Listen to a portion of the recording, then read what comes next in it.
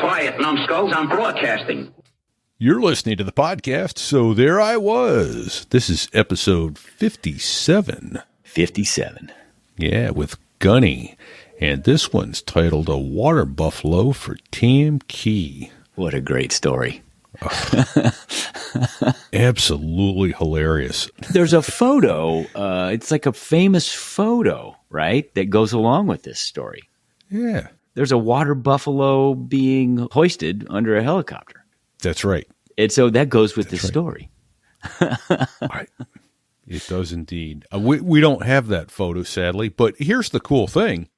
You may remember in last week's show with Gunny, he talked about a photo that was of a buddy's x-ray that was taken after he inadvertently swallowed his wings after his winging ceremony, and it came along with a poem at the bottom. He hadn't seen the x-ray in over a year, came back to the States, and at Ellison Field O Club /bar and BOQ, there was a picture of that x-ray on the wall, and underneath it a poem that said, "His wings of gold he wears with pride, not on his chest, but deep inside." Yeah.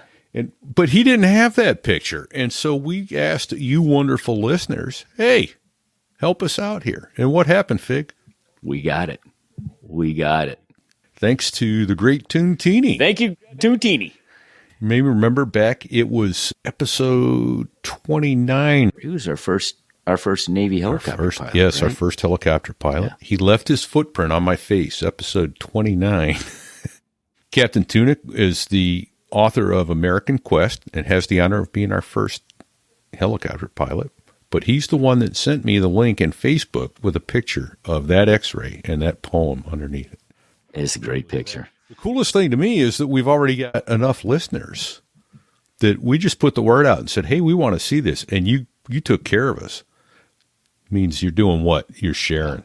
Thanks, great Toontini. And everybody else is sharing. The show is growing. So keep doing that, please, folks. Who doesn't like good aviation stories? I mean, come on. Exactly. And here's the other thing we have to do, thinking of people who are listening and sharing and supporting. We've got 2 new patrons this week, Fig. We've got Mike Price and Cal Stewart. Thank you, gents. Indeed. Thank you very much. They are now pilots on sothereiwas.us/Patreon.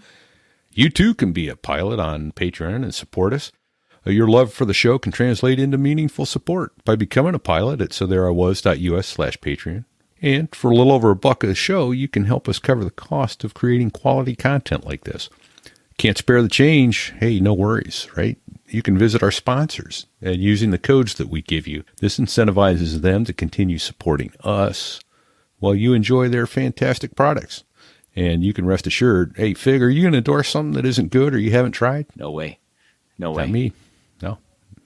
So you're going to get stuff that we've tried and we know we like and we think you'll like, and you get a sweet deal in the process. Yeah, great discounts. And our sponsor this week is Robin's Bird Brain Designs, custom-etched gifts like, say, coasters with your squadron logo or your tail number on it, something like that. Made a great gift for many members of your family, as I recall. I got great gifts. Matter of fact, they were squadron logos personalized with everybody's name or call sign that I call them anyway.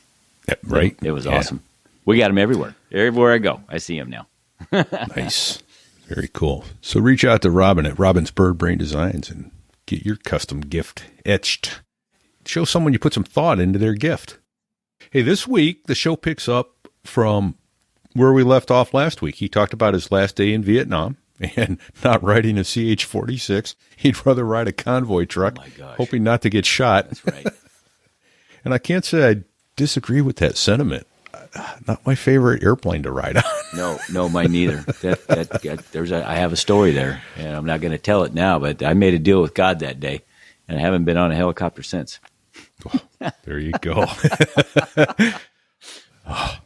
Well, God keeps his end of the bargain. You got to keep yours. That's what I'm doing. Yeah. Right on. He talks about getting back from Pensacola, and he rolls in pretty quickly, though, about his friend One Eye, who got that call sign, what he said was the most heroic act he'd ever heard of. It was One Eye's last mission in Vietnam. That's right. Oh, that'll make the hair on the back of your neck stand up, that story. Oh, just terrifying. But then he moves into the story, The Water Buffalo for Tam Ky. Oh my gosh, that's another one of those, 50 crunches. It felt like, after I got done laughing. And they're lucky. The lucky Marines didn't die trying to make this whole thing right. That's the amazing part of this. That's the scary part, right? It was. I think we've been yammering on quite a bit. A water buffalo for Tam Ky is going to be the highlight of this one. Well, no, One Eye may be the highlight. You know what? They're all great stories. They're all great. Hey, and before we press on, I think we need to say something about Brian Scholl. We do indeed. We lost an amazing aviator last week. It was very sudden, and he's episode 54. It was almost a month to the day after we recorded it, but it was like 3 weeks, just shy of 3 weeks. After we recorded it, but it was a week after his recording. A week after his show came out, yeah. He was giving a talk in front of a big crowd in Reno, Nevada, I guess, right. and then collapsed off stage, and he was DRT. Yep. So very sad. Yeah, a legend of aviation. And the interesting thing to me, if you go back and listen to that show, is how many profundities that man uttered. Right. Talking about life and perseverance and attitude, and he was pretty humble about all the people that helped him. That he wasn't the greatest guy, and not everybody liked me. Some people hated me, but he didn't let it ruffle him. He just kind of went, you know what, attitude and perseverance, and stick with what you want to do, and quit or move forward. Well, I really felt like it was an honor we got to talk to him then, and now I feel like that was just a gift. It truly was. You're going to enjoy this episode full of stories, though. I can promise you that. Gunny is a scream. Don't let go of the collective. Here's Gunny. I'm just kidding. No, I'm not.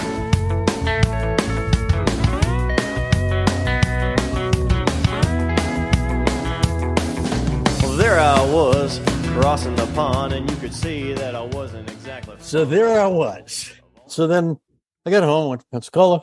There were about 8 of us from my squadron, or the immediately sister squadron, who were all instructing at HT8. And that was good fun because we would do stuff. I mean, we were teaching these lieutenants how to fly, and they were all going right to Vietnam. They might go to HMMT in Santa Ana for 6 or 8 weeks, get a cup of coffee. We got better coffee. We went to the river, and we wanted them to learn stuff. So we teach them stuff that was a little beyond the syllabus, or at least demonstrate stuff that was a little beyond the syllabus. Sure. That was really good fun. One of the things that wasn't fun, that we were still in touch with our friends in the squadron. And every month or so you'd get a letter saying, oh, Bob got killed, or that new guy got killed. He might not have got here before you left. He got killed, and people flew into a mountain in a cloud. They're directed in by a TPQ. Did they have TPQ when you were there? No, but Spicer talked about it in his book. Yeah, it's a radar control. Yeah.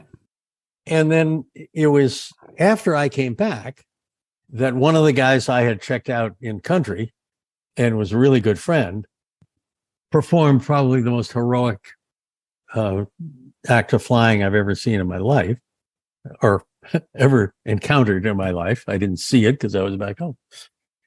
But this guy had been my co-pilot, and I checked him out and showed him where the area of TAOR was, and told him how to do certain approaches that they hadn't seen yet, and we got along really well. What's TAOR? Tactical Area of Responsibility. Yeah, okay. Of course. Just slipped in my mind. Yeah, that's right. So he had been 1-16 on his first mission when he was watching everybody. And I don't really remember whether he was one of the hungover pilots or one of the still drunk pilots, but that was his first combat mission. His last combat mission was on medevac standby, where you'd get that about once a week, where the 4 pilots and the 4 crewmen and the 2 corpsmen would sleep in the ready room. Okay. And you would launch only if there was an emergency. When the emergency call comes in, the operations duty officer would say, okay, this will be a launch, whereupon the corpsman and the left seats would run out, get in the aircraft, strap in, get the engines going, get the rotors engaged, while the right seats would be taking down details of the mission number, grid coordinates, last enemy contact, frequencies, call signs. So right seats run out, climb up, get up there, launch. Climb to 2,500 feet and start heading toward where the zone is. Now, they don't have any GPS. They've got paper maps, and there are no lights down there because in 1968, when this was in Vietnam, there wasn't any electrification of the rural areas. There weren't any lights in the houses. You couldn't tell where the towns were. Anybody who had so much as a kerosene lantern in his hooch was asleep by now because they get up with the sun. They're farmers. Right. So call sign 1-4. This is Clip Clop Medevac inbound. I think we're getting pretty close to you. Do you see us?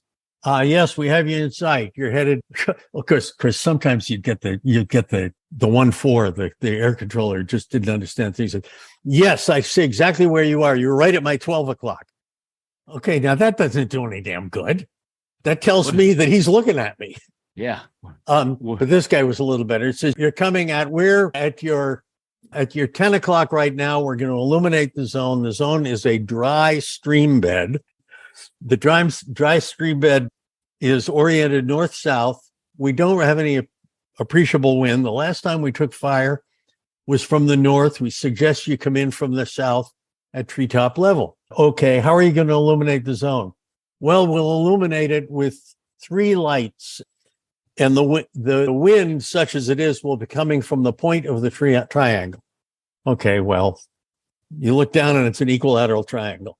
They say, come in from the south. We think Charlie is probably pulled back, but we do have 5 emergency medevacs. Now, 5 is the max you can carry in an H-34. So one guy tells us, wingman, follow me down to 1,000 feet. Start circling at 1,000 feet. I'll make the pickup because I can get all of them on board. If you see any fire coming at me, give me all the suppressive fire you can. Get them to keep their heads down. Okay, we'll do that. He comes down, and he's coming in from the south, fast as you can go by. And now the way you slow down fast in a helicopter is you drop the power completely. You stand it on its tail, and when the rotors are pointed aft, you pull in power and you get a giant speed break there, and you slap it down as soon as you get 0 ground speed. Okay. As he's coming, just as he's starting the flare, Charlie gives indication that he has not retired completely. And when the wingman was looking down, he said the tracers looked like a bicycle wheel. And one eye was right at the hub. Oh, okay. And he knew he was at the hub because gosh, that's when his co-pilot went, Are you okay? Are you okay? Nothing. He hears nothing. So shit. And now I'm flying solo. Yeah. Sets it down. The Marines start carrying the emergency medevacs, and Charlie starts rushing the aircraft. Okay. The crew chief, who is a remarkable guy from Akron, Ohio, was credited with, I think, 12. It might have been 18, but it was 12 KIAs within 50 meters of the aircraft. Wow. And as that's all happening, one eye gets shot through both eyes, and he's totally blinded. And he says, Corporal Bush, I just got shot in the face. It looks like the co-pilot's dead. You're going to have to get us out of here because we ain't staying here. I'm going to pick it up. You tell me where to go. And the crew chief says, Nope, no problem. I got you out of here, Lieutenant. I got you. I might have been a captain by now. I got you out of here. Just pick her up right away. But we got 8 guys on board now, so you're probably going to have to bounce it a couple of times. Interjection. A helicopter is wonderful because it can hover, carrying a lot of weight. However, if it is moving forward beyond about 15 knots, it can carry a lot more weight because of an aerodynamic thing that is too complicated to be able to explain to fixed-wing pilots. It's magic. Yeah, it's magic. If you're going 15 knots, you can carry a lot more. So one of the techniques is to get up into a hover and start moving forward, and you'll lose lift and you bounce and you bounce. And then when you get up to 15 knots, then you can get. So, okay, cover, go straight ahead. There's nothing in front of you. Bounce it again. You pick it up. The trees are getting pretty big, Captain. You got to pick it up. Gets up, he gets it out. Wingman comes down, joins on him, takes over the controlling. They get out and they land at the mouth of the Quaviet River near the DMZ. In the meantime, his wingman has called for backup. A couple more aircraft have launched to come out. These guys, I think, were still in their pajamas, except Marines don't wear pajamas. And they come out. An hour later, One Eye was on a hospital ship in surgery. He got evacuated. He was on the ship for a couple of days. And I'll tell another story in the next half about when he resumed flying. Eventually, he got shipped back to the States, and he was put in the Eye Center in Philadelphia. And he was there for a year. Eventually regained the sight with one eye, but not with the other, because the other eye was organic fertilizer someplace back in Guangdong province. Oh, wow. During that time, his wife, who was a Navy nurse, whom he had taught to fly, had a weekend off to fly to Bermuda, and she got Bermuda triangled and was never heard from again. Oh. And at that point, he said he was just about ready to check it in. He said, I didn't see much future of me. But then another guy in the squadron showed up in Philadelphia. A guy who lived in Jersey nearby. Says, I got to get to Santa Ana. I thought you might like to come along as a co-pilot and navigator for me. And One Eye said, yeah, I will. He put together an AWOL bag. They got in I seem to recall it was a brand new 1969 Mustang convertible. They drove across the country, and One Eye said, that saved my sanity. That was absolutely terrific. He put me on a flight back to Philly when we got there. And when I got back to the Naval Hospital in Philadelphia, they didn't even know I was gone. Been gone a week. That's how crowded the naval hospitals were in 1968. Just to tie that up into a nice little bow, 25, 30 years later, there was a reunion of 2-4, 2nd Battalion, 4th Marines, and all 8 guys were there. Every man he had evacuated was still alive and was there to say thank you. Wow. That is eye-watering. Yeah. Yeah, it is. It's okay. We can if you want to take a break and water your eyes and acknowledge some of the people who make this possible. Let me take a minute and mention our sponsor, Robin's Bird Brain Designs. She offers a wide range of customization options for their coasters, including squadron logos and call signs, organization logos, and even aircraft instruments. These unique designs are perfect for anyone in the military or aviation industry, or for anyone who appreciates the beauty of these intricate designs. Their attention to detail and commitment to quality is evident in every piece they create, making their coasters a truly special, one-of-a-kind gift. Whether you're looking for a gift for a friend, family member, or a special way to show appreciation to a colleague or client, Robin's Bird Brain Designs has got you covered. Their custom etching services are not limited to coasters either. They can also create custom designs on a variety of other items, including plaques, cutting boards, or even a laptop or iPad. Their product customization is perfect for anyone who appreciates the beauty of personalized gifts. Overall, Robin's Bird Brain Designs is an excellent choice for anyone looking for a unique and thoughtful gift. Their custom etching services are unparalleled, and their commitment to quality and customer satisfaction is second to none. RobinsBirdBrainDesigns.com. So you've got notes about a water buffalo. Oh, safety wiring the brown bar. What was the what First night of the fight at Dai Do. Oh, safety wiring that. Oh, he was such a doofus. Okay. One of the great guys. Okay, 362 went to Vietnam on board the USS Princeton, an LPH, set sail from Long Beach, and took about 6 weeks to get to Vietnam, and that all counted toward your 13 months. Perfect. They got there, and one of the original astronauts, as we call that first group of pilots, was a guy, may his memory be for a blessing. His name was Roger Cook. At one point, he had a co-pilot who was the least competent person ever to escape the training command. Okay. And takes off, does the first landing. Say, okay, your turn. The guy just can barely keep it right side up. And helicopters inverted are not fun. Comes back. Then, okay, I'll fly it for now. Roger flies it all the way back. He says, why did you try this approach? He grabs the aircraft from him, takes it away.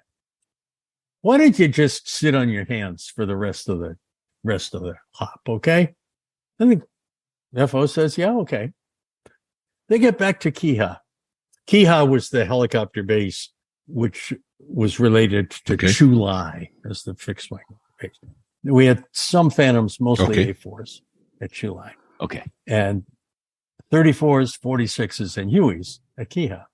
So they get back. Now, an H-34, for those of you who are in the special class, is an aircraft on wheels. You can taxi it. You don't have to hover taxi it like a Huey, which is on skids. And as they're taxiing in, Roger calls down to the crew chief, says, hey, Sergeant, can you cut me off about a 18-inch length of safety wire, please, and hand it up to me? Well, sure, Captain, I'll be glad to. Hands it up. And as they're shutting down, he says to the co-pilot, he says, hey, doofus, can you do this with your hands? Can you hold your hands out like that? Almost like prayer hands. But okay. Yeah. He says, yeah, I think I can do that. And he does it. And Roger takes that safety wire and reaches around and he goes, and safety wires his thumbs together. See ya, climbs back down. Now, if you'll recall, the H-34, the pilot sits about 14 feet up. Yeah, it's way up. It's a neat old bird. Up using both hands to get up there. God, I imagine you need both hands to get down unless you want to do it in one step. And he's sitting there, and all the troops in the squadron said, hey, look at that dumb lieutenant. You see what Captain Cook did to him? Captain Cook had a reputation as being resourceful, pretty good pilot. He was another one of the guys who was back at HT8 when I got home. Okay. Said, hey, Gunny, you're welcome home. I'm glad you're back. So I think it's in the glossary. HT is a helicopter training squadron. So you have a glossary for this website? For this, absolutely. For this, so there I was.us/glossary and all the terms. STIW. So there I was. Oh, you say it out. It's just an abbreviation. Yeah, it's just an abbreviation. Yeah. Okay. So Roger Cook was, he was a cowboy from Colorado. Okay. And, I don't know where he went to school. I don't know how he got his commission, but he was in 362 pretty much the entire time he was in the Marine Corps, and since after getting his wings. So there came this time in I Corps in late 1965 that some Marines had killed a water buffalo, not knowing that water buffaloes were frequently one of the major assets of a little village. The water buffalo was important because it pulled the plow. It gave the cows gave milk. They gave meat. I mean, it was a very important asset. So they shot by accident. Now, one of the great images of Vietnam is a picture of a helicopter carrying a buffalo in a sling on a long cable suspended below the helicopter, and the water buffalo is hanging here looking absolutely helpless, right? You're going to be about to hear the rest of the story. Right. Paul Harvey, good day. The rest of the story. So when the Marines accidentally killed this water buffalo, a frag came down to 362 saying, we've got to replace the water buffalo. It'll be a really good way of helping the hearts and minds get one. So, Ugly Angels, find a water buffalo and give it back to the village of Tam Ky. Okay. Who knows anything about water buffalo? Who knows cattle? Oh, Captain Cook. He knows all that stuff. He's a cowboy. So they go into the village and they bought a bullock water buffalo and put a rope around its neck and get a bucket full of rice and dangled the rice bucket in front of the buffalo, and it follows him in. And they build a little ramp up to the H-34, and the water buffalo walks up the ramp and circles and lies down right next to the crew chief's seat. Probably falls asleep. And they say, okay, well, we're going to give it back to the Unbelievable village of Tam Ky. Fly up to Tam Ky. I think one of the photographs I sent to repeat was an aerial view of the town square of Tam Ky. Okay. I'll look for that then. Because what I do for the listeners, if you're listening to this on a podcatcher like podcasts, or I don't know if it's podcast or podcaster in iOS on your iPhone or iPad, I embed photos that each of the guests send to us within chapters of the podcast as it goes out. So as it switches chapters, you should see some different photos, and I'll try and put the water buffalo or the town of Tam Ky with the water buffalo story in there, if and I can find it. Yeah. So they take off. They're going to render unto Tam Ky what Tam Ky deserves. They're going to give them water buffalo back. Fly down there. Now, Tam Ky, for those of you who don't have an image of it, is one of those beautiful old French colonial villages that the French had built up. It had colonial white stucco town hall with a long greenway in front of it with beautiful elm trees, subsequently cut down. And it was really beautiful. So Roger's making his approach in here, and he's coming down, and before he makes the approach, on his way up there, they get up to 2,500 feet where the air is cooler, and the water buffalo wakes up. And the water buffalo looks around and says, "Oh, shit, this isn't right," and doesn't like it. So he starts walking forward, and the center of gravity commits suicide, goes way forward, and the aircraft starts going like this. And they say, "Oh, get him back. Picking up Get steam that under control." And he starts going backward. No. And now they're in extremis at this point.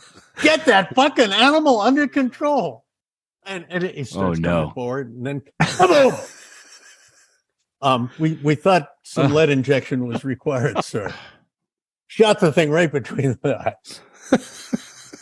Now, as Roger's making now you're down 2 water buffalo there, and he sees lined up in this beautiful town square the town fathers of Tam Ky, South Vietnam, with top hats and tails, cutaways, and a little brass band displaying. And what Roger said to himself at that point was, "Oh, you got to be shitting Oh, you got to be shitting me." He comes in there, lands in front of him, kicks the water buffalo out, and takes off and gets back home. I hope we dodged a bullet on that one. Next day, in the ready room. Wow. First sergeant comes down, says, "Is there a first lieutenant Cook in the ready room?" "Yeah, that'd be me. First sergeant, what can I do for you?" "Group commander would like to see you, sir. Come with me, please." Can I be up after?" "No, sir. Come with me now, please." So he gets marched up to the group commander's office, and the bird colonel is there. And who else is there? But there are 4 of the founding fathers of Tam Ky in their top hats and cutaways and all that. And the colonel says, "First Lieutenant Cook, I think Mr. Nguyen Ky would like to speak to you." He looks at him, comes to attention, and the mayor says, "Is very kind of American Marines to replace town water buffalo that was accidentally killed by American Marines. Village of Tam Ky had hoped very sincerely to have a living water buffalo to replace formerly living water buffalo. And Roger sees what's going on, and he breaks the position and says, a living water buffalo.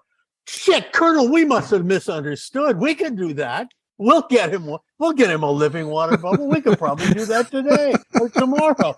And that's when they learned carry it externally so it can't screw up the center of gravity of the aircraft.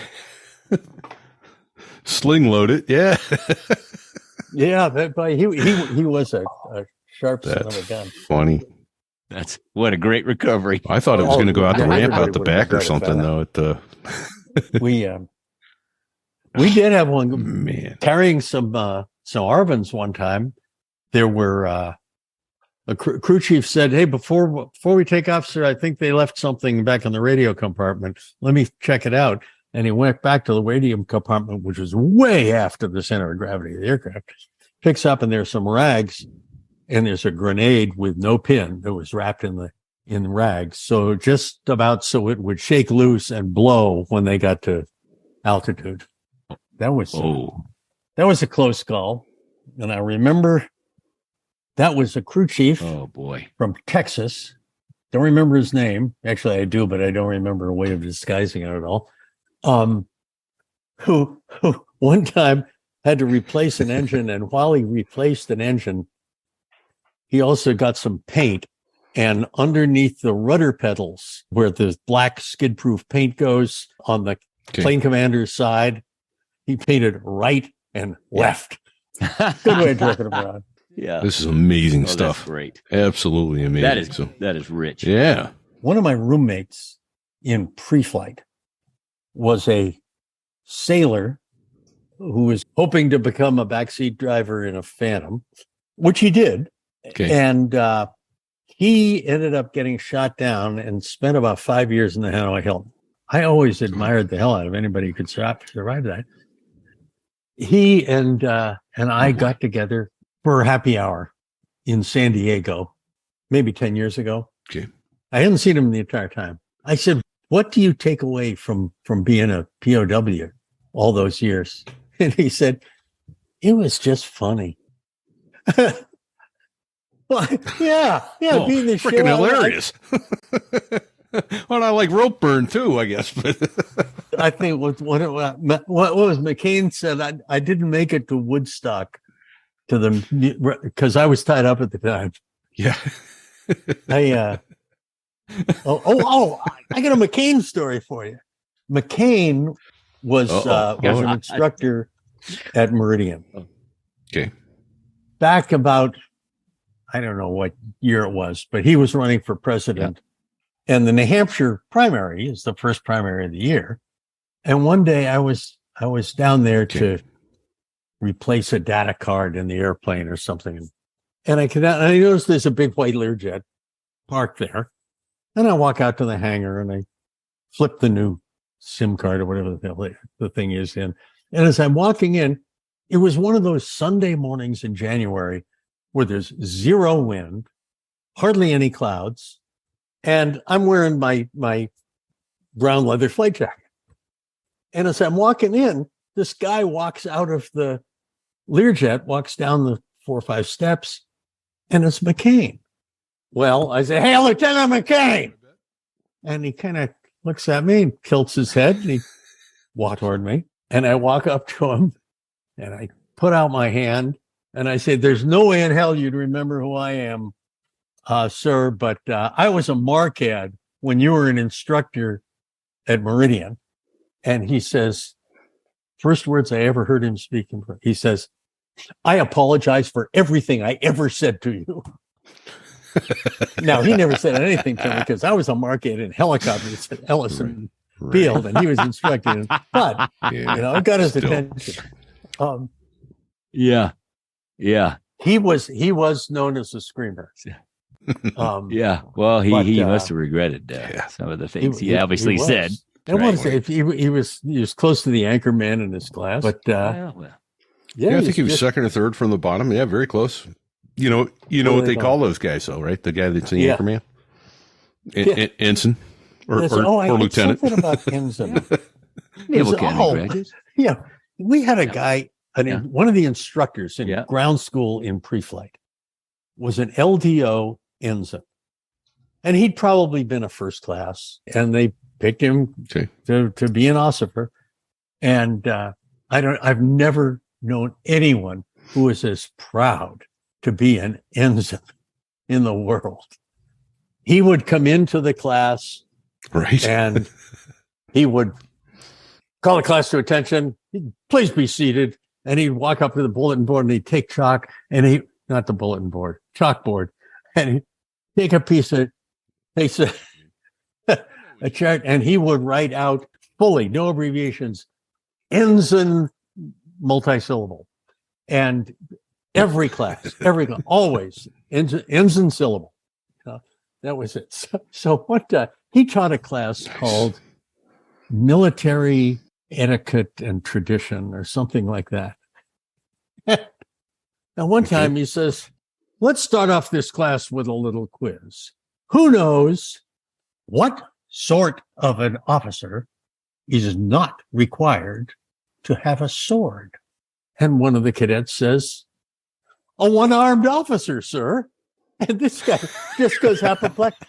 What did you say? I can't believe that you said a one-arm. Would you like another opportunity? Whereupon the kid starts thinking, well, maybe that's not right. Oh, wait, a chaplain, right? Says, okay, that's better.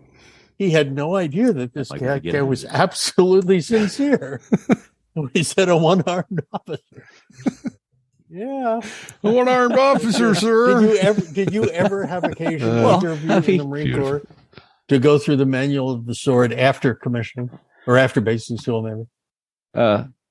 Only for weddings. Yeah, weddings, and there was always some occasionally at the Marine Ball, someone would do something, but yeah, you got to come to our Marine Ball next year. Wow, that sounds like a hoot. Where are you, Fake? Where do you live? I'm in Kansas City. I assume KC Mo. Yes, sir. Yeah, not the good. Yeah, but yes, sir. But here's a clue. He does get to fly for free. So yeah, I was thinking I can travel. You fly for you fly boxes. I don't. I fly people. He flies people. Yeah. I fly the smart passengers. So I've got to deal with drama. Repeat does not deal with drama. That's right. I bet you do. So, but you can come into Manchester. I'll pick you up. We'll drive up there to the ball. Yes, I like the way this sounds. Yeah. Hell, I'd like to come for one of the first Friday breakfasts. That's a great idea. Do that. Yeah, come in on a Thursday. You can stay with Repeat. Yep. Yes. He's got a couch. Yep. Well, how about you? I'll stay with you, Gunny. That's I'm far from an airport. You'd have to. Of course, you're an airline captain. You're rich. You can afford to rent cars. I get it. If your Tiger isn't out of annual yet. Yeah, not yet. It's coming. It's coming. You could. You don't have to get to drive up at 0500 to get here. No, this sounds like you're from Pease. You're from Pease. Hey, I had a bad connection for a little while, and so I had to reboot. If I miss this, I'm going to go back and listen to it. But have you talked about the first night of the fight at Dido? Dido, yes, I did. That was the night that one eye got shot in the face. Okay. That was the first night of the Battle of Dido. Okay. All right. Well, I'm looking forward to that. I have truly enjoyed all of these stories. So far, so good. Yeah. Yeah. You got any? Let's see. No, Marquettes didn't go to OCS. We knew that, but didn't go to the basic school. Yeah. Didn't go to OCS. Didn't go to basic school. Well, but it was kind of I don't know. I always considered AOCS OCS. Yeah, you went to OCS. It was an AOCS. For Marquette, right?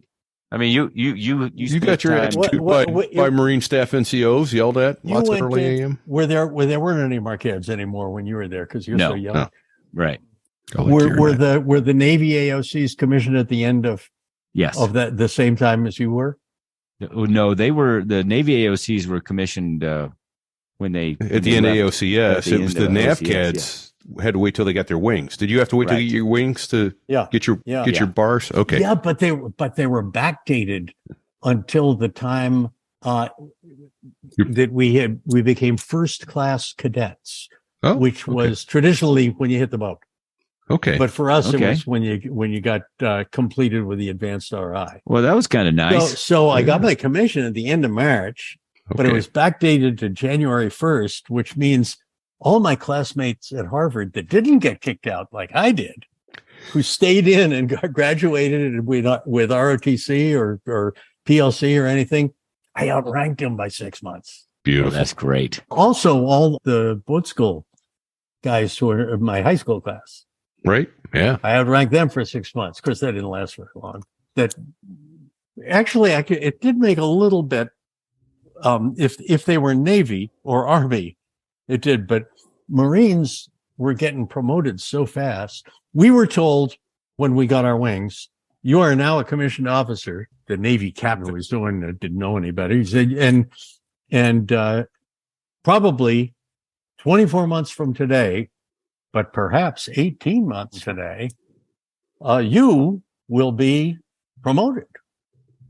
Well, it turns out it was 18 months from 3 months before that. From January. So I was 2 months. Right. I nice. was selected for captain and I was announced as a captain selectee in Navy Times before I pinned on my silver bars.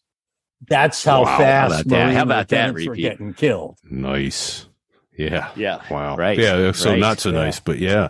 Because Spicer talked about that. Spicer said they told him you'd be when he got commissioned as a second lieutenant. They said you'll be a captain in 36 months, and it was 28 months later that he pinned it on. So holy smokes. It was I don't think it was even that. It was probably, I don't remember the month I got it, but it was maybe 27. That'd be 2 years plus 3. It got slowed back down. Well, Gunny, I'm kind of intrigued on how it is exactly you got asked to leave Harvard. I believe it was because of my my academic performance. I had 18 months they couldn't teach you anymore. Is that what you're saying? They didn't manage to teach me much. That's for sure. I made the mistake of thinking that I was supposed to become a scientist. And the same semester, I took organic chemistry and functions of a complex variable, which is third year of calculus, and honors physics. We took 4 courses at a time. I also took conversational French. And since English is my second language, I managed to get along okay in that one. I got an A, D, and 2 Fs. And they said, maybe you'd like to do something else for a few years. But please, if you'd like to return to Harvard, please let us know. And so we can send out a rejection letter. No, they let me back. They let me back bigger and shit. They let you back? Nice. Okay. I had 2 separate and distinct welcome home experiences when I got back from Vietnam. One wasn't until I'd been back for a couple of years. And it was when I went up, I wanted to get readmitted to Harvard. And I was a firm believer, and I mentioned you guys might have become that way too, that when you're learning radio instruments, rather than take off and go from Pensacola to Mobile to Biloxi and back to Pensacola and do an approach, you learn an awful lot more if you go someplace else. Right. Absolutely. So I used to plan these trips where pretty much they'd go through the entire RI syllabus. I'd get 3 or 4 students, put them in the belly of aircraft, and we'd take off and we'd go from Pensacola to Fort Rucker, to New River, to Atlantic City, to Long Island, to Hanscom Air Force Base, which is just west of Boston. And then we'd go back and we'd take a slightly different route on the way back. These guys loved it because we just happened to arrive around lunchtime on Friday in Boston. I'd say, okay, I'll see you Monday morning. I can't make you wake up. See, you're on your own. Have a good time. Be back here Monday morning at 0600 or so. And that was good. So we took that one in sometime in the spring of 69. And I went in and asked the Air Force, they're mostly National Guard people. I said, I need a car for the weekend. Could you find me a car, please? Oh, yes, sir. Yes, sir. And they gave me a car, and I drove into Cambridge, and I parked it right next to the Harvard Lampoon Castle. And I walked into the back door of the dining room of Adam's house, where my administrative records were kept. But I walked in during a meal, and I wanted to look sharp for these guys. So I had my, now they call them alphas, short sleeve khaki trousers with creases so sharp you'd get a paper cut on them. And my ribbons of fruit salad and all my jingly janglies and all this stuff. And man, I felt good. And I walked in there, and you could have heard a fucking mosquito fart. It got so quiet in there, and somebody threw a roll at me. Somebody started hissing. Oh, and shit. I said, probably not the best time to stop at the dining hall office. Right. I walked right through it out the other side, went up to the senior tutor's office and talked to him. And he said, yeah, we'll be happy to take you back. You want to start in the fall? I said, yep, September. And I'll need housing. And they said, oh, well, take care of it. Here you go.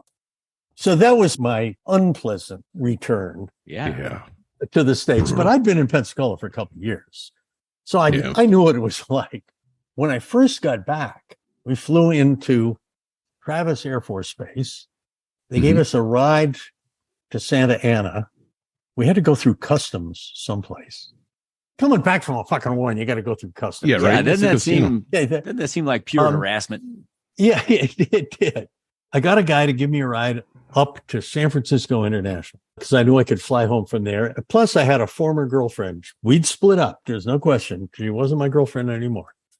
But I really liked her family, and I wanted to see her. So I get up to San Francisco, and it's a Saturday night. There aren't any more flights coming in, but there's still somebody at the rent-a-car place, and I rent a car, and I drive down to Palo Alto, where her family lived, and I start thinking, this is one of those liberal campuses where they don't like military people, and I don't know how I'm going to be received. True, I've known this family all my life, but I don't know whether people are going to let me in the house. I was very apprehensive. I really did not feel thoroughly comfortable, but drive out, found the house. Lights are all off. I parked in the driveway, and I'm sitting there saying, suppose they yell at me. Suppose that. How can you do those horrible things that people do that we don't really know anything about? Right. And then the light goes on upstairs. And so I start breathing hard, trying not to hyperventilate. And then the light comes on downstairs, and I go up to the door, and there's no doorbell. So I pull open the screen door, and I bam, bam, bam. Sir.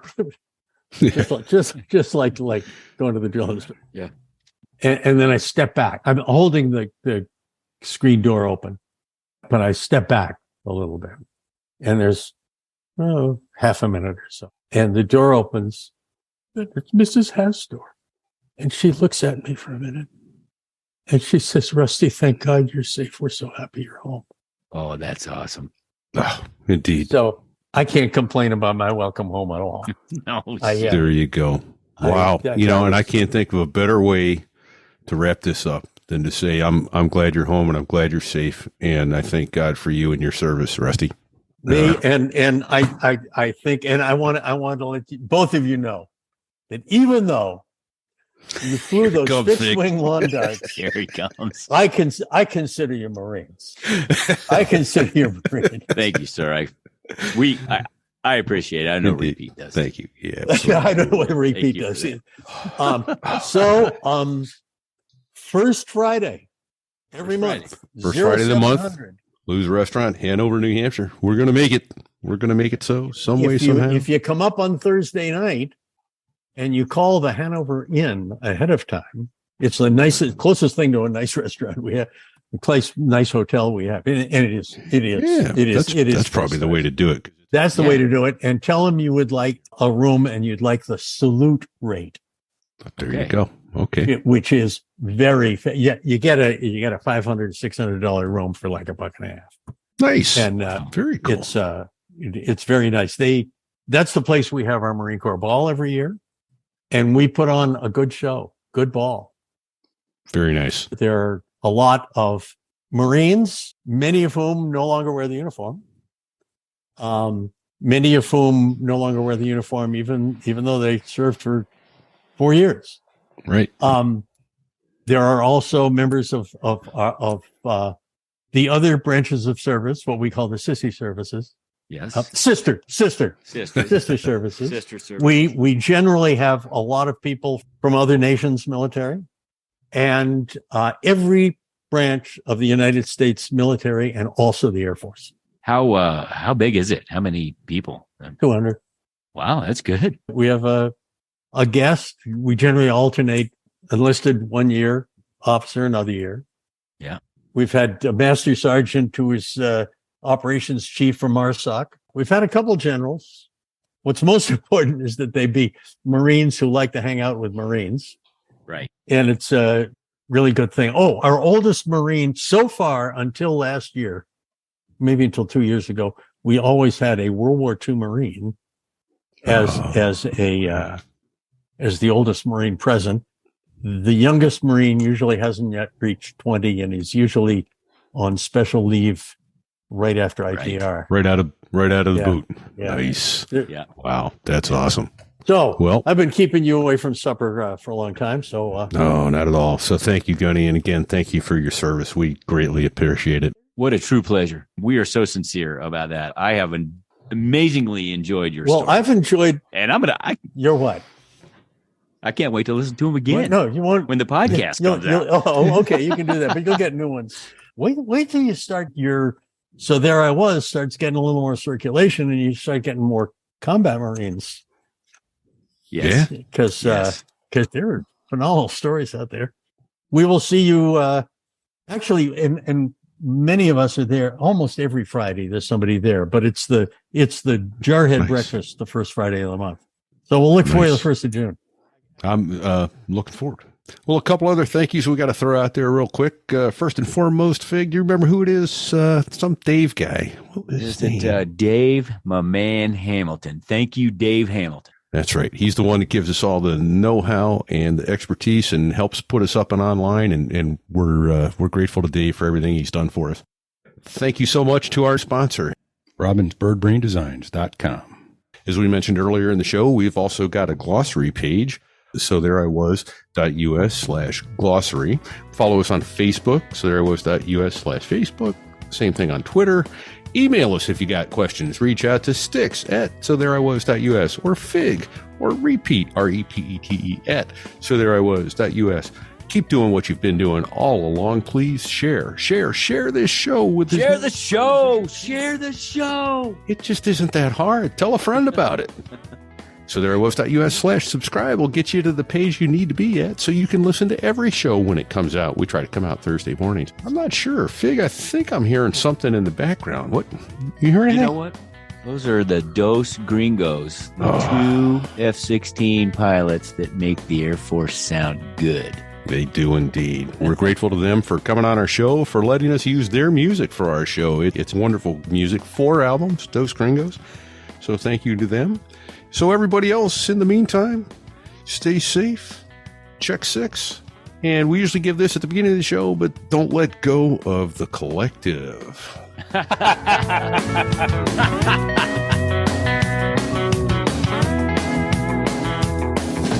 there I was, crossing the pond, and you could see that I wasn't exactly fond of all the shit I was wearing on that day. Now an F-16 is cramped enough, but it's even worse with all that stuff supposed to save your life. But we knew there was no way. 'Cause when you're going down in the North Atlantic, man, it's over. What's the song say, Fig? It's over.